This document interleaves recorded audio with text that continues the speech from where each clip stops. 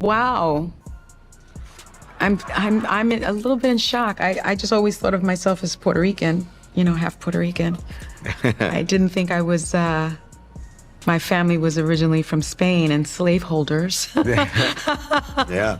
So how are you feeling, my friend? I think it's actually pretty interesting that my husband and I have shared roots. Yeah. So I do appreciate that. And I think it's great for our children to know this information. I guess it's a fact of life that this is how some people made their living, on the backs of others. Fact of life. Interesting change of tune. That one exchange was enough to set everything off. A daytime TV host who often made race a major part of the conversation was suddenly facing uncomfortable questions about her own family history. Gutfeld jumped on the moment, pointing to what he saw as a major contradiction. But this wasn't really just about ancestry or one awkward moment on television. It opened the door to something much bigger.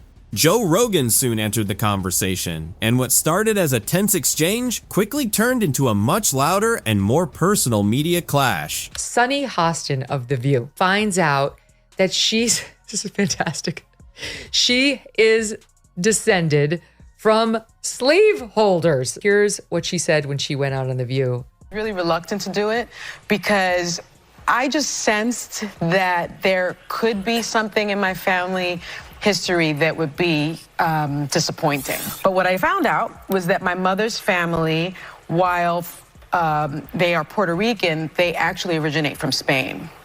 And the reason that they moved to Puerto Rico is because the slave trade had been sort of canceled in Spain and then Curacao, and then they moved all of their slaves to Puerto Rico. And so the family business, I have been told that they were printers and journalists. I still believe in reparations, by the way, so y'all can stop texting me and emailing me and saying that I'm a white girl and that I don't deserve reparations. Okay, I'm not going to text you or email you, but it's true. Under the studio lights, Sunny looked uncomfortable as she tried to explain her family's history. Her words came slowly, almost like she knew the clip would follow her long after the show ended. She said her ancestors were not only Puerto Rican, but also Spaniards who had owned slaves before the family later moved its business overseas. Sunny maintained that she still supported reparations, despite the wave of criticism that followed. Then Greg Gutfeld stepped in with perfect comedic timing. His response cut straight through the tension, and if you think that was awkward, stick around and subscribe, because what happened next took this feud to a whole new level. You're right. Anytime she says something stupid, I'm gonna go, slave owner! Lou, is this karma or what? Well, first, I just want to go on the record to let everyone know that I am very much against slavery. Very brave to say that on this panel. Karma, definitely. I mean, it's one thing. It's going to be so awkward on, new episodes of The View when she tries to pull the race card. Yes. And then she's like, America is racist. And then they're like, yeah, they might be racist, but they're not like slave owner racist. like somebody that we... For Gutfeld, this wasn't just another joke. It was a chance to turn Sunny's own focus on identity politics back toward her. The irony was hard to miss. A host who often talks about America's history and systemic guilt was suddenly dealing with uncomfortable questions about her own family background. And in that moment, it became bigger than ancestry. It put Sunny's credibility under a bright spotlight and gave the entire debate a whole new edge. And my mother fell over the audience. was deeply disappointing. Sunny, how does this change you, though? You mentioned your mom was upset and this was shocking and maybe deep down you kind of resisted it. How has this changed you, knowing what you're hearing now? I think at first I was deeply disappointed. The slave thing is a bummer. It's a bummer. I make fun of The View a lot, but that's only because they keep talking. Those hens are always clucking. They get to say stupid stuff for an hour every day, and then I get to say stupid stuff for an hour every day. The silence hung in the air until laughter finally broke it. And suddenly, this wasn't just about Sunny's ancestry anymore. It was about her credibility. Could someone who often made sweeping judgments about America's past now brush aside uncomfortable questions about her own family history? The irony was hard to ignore, and the audience could feel it. In that moment, comedy and criticism collided. What started as a discussion about ancestry suddenly felt like something much bigger. A moment of uncomfortable reckoning played out right in front of the cameras. For more, we go to our chief Sunny Hostin correspondent for a reaction.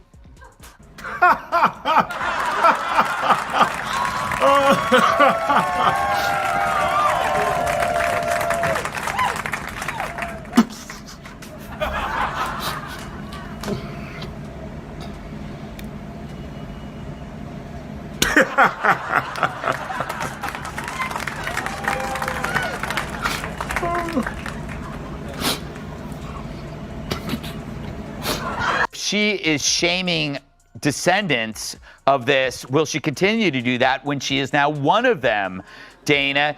And it is funny. She is so wrapped up in identity, and she had no idea who she was. Well, now we understand why she always makes Whoopi get the coffee. And just when the laughter started to peak, Gutfeld came back with another punchline. Now we understand why she makes Whoopi get the coffee. It was absurd, theatrical, and sharp all at once. Suddenly, Sunny wasn't the one doing the accusing. She had become the center of the joke, caught inside a moment of satire she couldn't easily escape. The studio lights seemed even brighter as Gutfeld kept pressing the point. For years, Sunny had used identity and privilege as major weapons in political debates. But in that moment, the argument had turned right back on her. I still believe in reparations, by the way, so y'all can stop texting me and emailing me and saying that I'm a white girl and that I don't deserve reparations. I still believe that. Someone did that to you? Yeah. I don't know who sent her a thing telling her she was a white girl. Okay, it's too much, people. But clean off your television screen. Yeah, that's a lot. But maybe one day when we finally strip away this phony race war, it will finally expose this elite mentality. And we'll find out Sunny is just like Marie Antoinette, except she says, let me eat cake. With a smirk, Gutfeld suggested that the revelation had taken some of the shine off Sunny's carefully built authority. If she had criticized others over their family history, would she still make the same arguments now that her own past was being questioned? The audience didn't need much time to process it. The punchline had already landed, and the message was clear. Thing, and I would have even actually not give her any is she said, well, like, I guess that's just what they did back then. Yeah. She should have followed that up with saying something along the lines of, and I understand that that's a departure from the way I've talked about this before. That was like, to me, the one thing that was missing. Yeah. Right? Because it's like, okay, now that you have this information, have you had any personal growth? Do you think about things differently? You have to acknowledge that. The room was still buzzing from Gutfeld's joke when Joe Rogan jumped in with an even sharper take. He questioned Sunny's moral lectures and her tendency to look down on people without college degrees, arguing that wisdom doesn't come from a diploma alone. Then Rogan turned the spotlight back on her. Suddenly, the confidence she projected was being tested, and the question became whether she could stand by her own arguments when they were turned against her. I think Sunny is very intelligent, but she's ideologically captured. Right. You know, that's sort of, I think the other ones, there's a couple of the other ones, don't have to name any names, who are just very dull-minded. But I think Sunny's not one of them. I think she's smart, but captured. And she's ideologically driven, and they have blinders on, for sure. I don't think Sunny's dumb. But Whoopi is certainly not the brightest person. And what she just said just doesn't make any sense. It's just like so silly to say. It's not a well thought out. It's like if you had an idea for a premise and it was totally baked and half baked and you went on stage with it and it's nothing there. Just go for it. Yeah, there's nothing there. The laughter had barely faded when the mood changed. Rogan came in with a sharper tone, calling out what he saw as Sunny's habit of speaking from a position of moral authority. But when that same criticism was turned toward her, Rogan argued, the response suddenly became more defensive. Then he took the argument a step further, pointing to what he believed was a deeper contradiction. What the are you saying? It's the most bizarre headline. Her disgusting, gross elitism and her complete out of touch nature with respect to the rest of the world. Sunny Hostin goes on The View and decides now would be a great time to dump all over the so-called uneducated. What we did not have is white women who voted about 52%, right, for Donald Trump. Uneducated white women, is my understanding. You have Latino men, actually, voting more for him. And you have, and black men was not the story. We're not the story here because they voted almost 80% for the vice president. Right. Just because you didn't go to college doesn't mean you're stupid, and it doesn't mean that you don't have wisdom. He pushed the argument even further. Rogan challenged Sonny's view of uneducated Americans, arguing that real-life experience can teach lessons no classroom can. In his view, dismissing ordinary people as ignorant wasn't just unfair, it showed how disconnected that kind of rhetoric had become. The culture shift between right and left authoritarianism, and now people don't recognize that if you just stopped looking at it in terms of red and blue, look at the actions, whether it's war, suppression of free speech, pharmacological interventions that are mandatory, whatever it is, that used to all be associated with the authoritative right, the authoritarian right, and now those things are being embraced by the left. And I just think it's just an ideology thing, and I think we get confused and we think we're on the right side, and if it's our side that's saying this, for sure that's the right thing to do, and no one's critically thinking about this. Joe Rogan is the gateway for young men that thought they were Democrats to become MAGA. Joe Rogan is the bridge. And on that bridge, they'll see RFK. They'll see Elon Musk. He had pointed to similar political shifts, with some Latino and black voters, along with working families, reconsidering their traditional loyalties. Rogan took that argument further, saying a lack of a college degree doesn't make someone ignorant. Sometimes real-life experience can teach lessons that no classroom can. The room grew quieter as the tone changed. What started as a roast had turned into a serious debate. Rogan wasn't relying on insult. He was challenging the ideas behind Sonny's argument, and in that silence, the contradictions seemed louder than any punchline. It is the show that people love to hate. Yes, that's true. That's true. They get so much hate watching and hate watching viral clips of them saying ridiculous things. I mean, it is a rabies-infested henhouse. Real fans of The View that are like, oh, these ladies are on point. Most of those people can't leave the house. Like, they're probably immobile. Right. Because their mom's taking their kids to school, and that's, It's a very strange show, but it's fun to watch. It's just fun to watch them. It's good entertainment. Yeah. Undoubtedly. The clash didn't stay on the stage. It quickly spilled into living rooms, social media, and headlines. Clips spread fast, with some viewers praising Gutfeld for saying what they believed many were already thinking. Others defended Sonny, arguing that she was dealing with a difficult part of her family history, but critics accused her of brushing the issue aside too easily. So what was it? An unfair pile-on? Or a moment of genuine accountability? Let's look at how the audience reacted. Sonny Hostin, I think, went to Notre Dame. Her son's at Harvard. Her daughter's at Cornell. She's married to the Ivy League. And that's why she looks down on everyone else as a bunch of stupid losers who didn't vote the right way because they're not as smart as she is. I spent many years across from Sonny Hostin on the set of Bill O'Reilly. She is not as smart as she thinks she is. There could be something in my family history that would be disappointing. Negative. I think at first I was deeply disappointed. The slave thing is a bummer. It's a bummer. By the next morning, the exchange was everywhere. Clips were being shared, replayed, and discussed across social media like a highlight nobody could ignore. At home, viewers watched Gutfeld's jab again and again, with some reacting. Finally, someone said what many of us were already thinking. I don't love you, but I also hate that squawking bird, so I hate the whole thing. And frankly, that show, you want to talk about a show that set women back, is The View. You want to talk about that show, if the CIA is engineering, Antifa and the Capitol riot, some crazy misogynist engineered The View, because there's nothing worse than The View. In terms of there are so many brilliant women out there. None of them are on The View. None of them have gone near the set of The View. I mean, they have brought in the lowest tier of the, what is it, the Y chromosome? No, double X. These are people who should not be allowed out of the house. They have a national platform. I mean, it is crazy. They have no idea. These people have never read a book.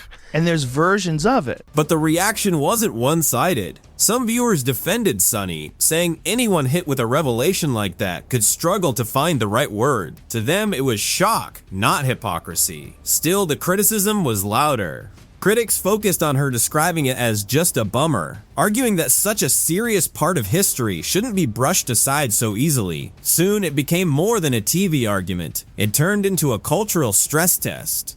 To some, Gutfeld was simply calling out a contradiction. To others, Sonny was caught completely off guard. And as the clip kept getting replayed, viewers were left deciding which side of the story they believed. There's some of us that can be chameleons and decide not to embrace our ethnicity so that we can pass. Sonny, I don't think that's fair. You go by a different name. Yeah. Wow, she really is that racially ignorant. And your response?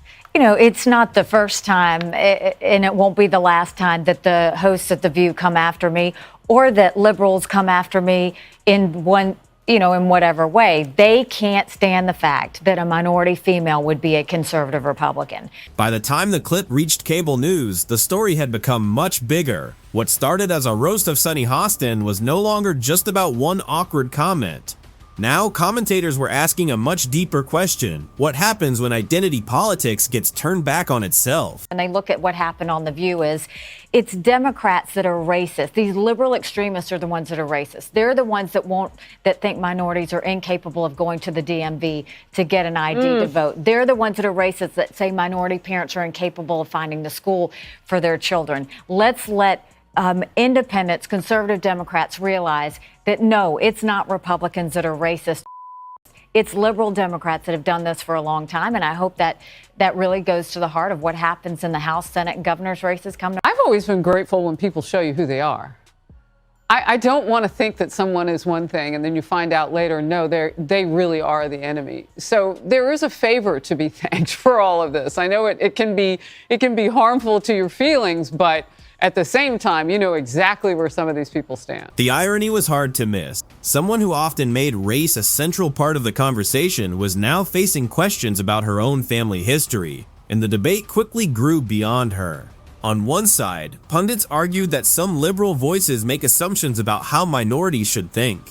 On the other, Gutfeld's critics said the mockery only exposed how deep America's cultural divisions have become. Have you ever seen that video? No. Pull that video up, because it's one of my favorite. A new report from Reuters today found that every single living president is a descendant of slave owners, except for one, and it's not Barack Obama. Turns out Donald Trump is the one who didn't actually have ancestors that owned slaves. To some, Sonny's stumble proved that politics built around ancestry and grievance can eventually run into their own contradictions. To others, it showed that history is complicated, and turning race into a political weapon can easily come back to haunt the people using it. It's a bizarre show. So we had 8 minutes, and America's approach to race, pretty big topic. Pretty important topic. I think the way you before you start, I think the way you described it is brilliant, and the way we should all look at it. Of course, you're going to see race. The idea of being colorblind is ridiculous, but treat everybody. They're just human beings. Yeah, everybody's just individuals. That's right. That's what we should all hope for. And then there's some people who are good intentioned, but have a very narrow perspective and a very limited amount of information that they're operating under, that will try to pretend that these things are overall good, are net positive. Right. And Sunny Hostin may be one of those people. It started with a DNA test and one simple phrase, but quickly became much bigger. Gutfeld's jokes and Rogan's criticism turned Sonny's unexpected moment into a wider debate about race, history, and accountability. In the end, this wasn't just about one TV personality. It was about the deeper divisions shaping American politics, and what happens when those arguments turn back on the people making them. This video is based on publicly available commentary and media coverage, for purposes of criticism, commentary, and analysis. No private or speculative information is presented. If you enjoyed this perspective, subscribe for more commentary and analysis. Thanks for watching.